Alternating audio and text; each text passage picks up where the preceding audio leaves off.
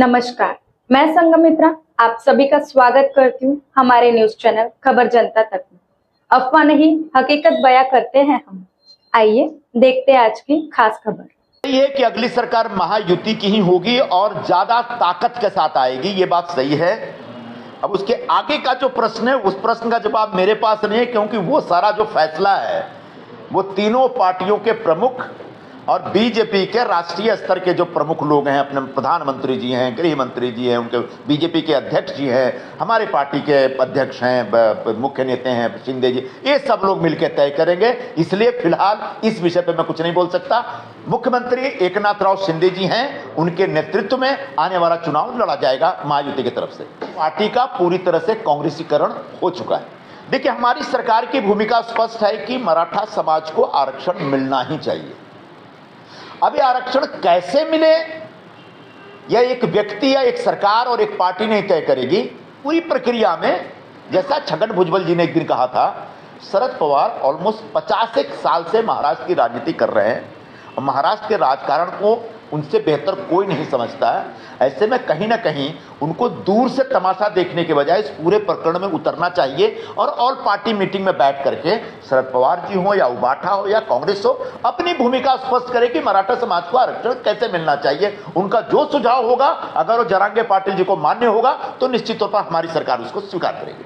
नहीं तो हम कहां बोल रहे हैं कि वहां के स्मॉल स्केल इंडस्ट्री को बर्बाद कर देना है।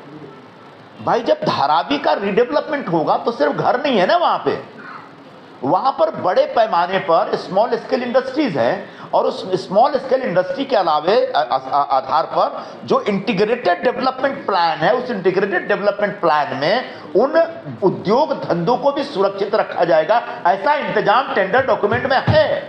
वो वहां के स्मॉल स्केल इंडस्ट्री के लोगों को बचा नहीं रहे हैं, उनको बरगला रहे हैं, उनको बहका रहे हैं, क्योंकि उनको अदानी ग्रुप से फिर चंदा चाहिए। चंदा मिल जाएगा फिर चुप हो जाएंगे। इसलिए हम कोई उन जो गरीब छोटे छोटे जो कपड़े के धंधे से जुड़े हैं, बर्तन के धंधे से जुड़े हैं, मिट्टी के धंधे से जुड़े हुए हैं, लेदर के धंधे से जुड़े हुए हैं, उन सबका धंधा सुरक्षित रहना चाहिए। उन सबका धंधा चलाने के लिए जो परिसर है वो परिसर बना के देना चाहिए और इसकी व्यवस्था यहां पर है। अब सुप्रीम कोर्ट ने स्टे लगा दिया तो उसके आगे कौन जा सकता है? मुझे जो समझ में आया, उत्तर प्रदेश सरकार का जो फरमान था, ये जो कांवड़ यात्रा होती है उसमें शिव भक्तों की एक बहुत ही कठिन तपस्या होती है और उस कठिन तपस्या में उनका उपवास होता है, शुद्धता होती है, सात्विक भोजन होता है। ऐसे में रास्ते में जो दुकानें होती है, उन दुकानों के बारे में उनको पता चलना चाहिए कि कौन सी दुकान में सात्विक भोजन मिल सकता है, कौन सी दुकान में नहीं। तो कहीं रुक करके मान लीजिए चाय भी पीनी और चाय का जो ग्लास है वो अगर मान लीजिए किसी नॉनवेज रेस्टोरेंट से जुड़ा हुआ है तो उनकी सात्विकता नष्ट हो सकती है, उनकी शुद्धता नष्ट हो सकती है। तो उनके शुद्ध आचरण को प्रोटेक्ट करने के लिए उत्तर प्रदेश सरकार ने इस प्रकार की व्यवस्था की थी।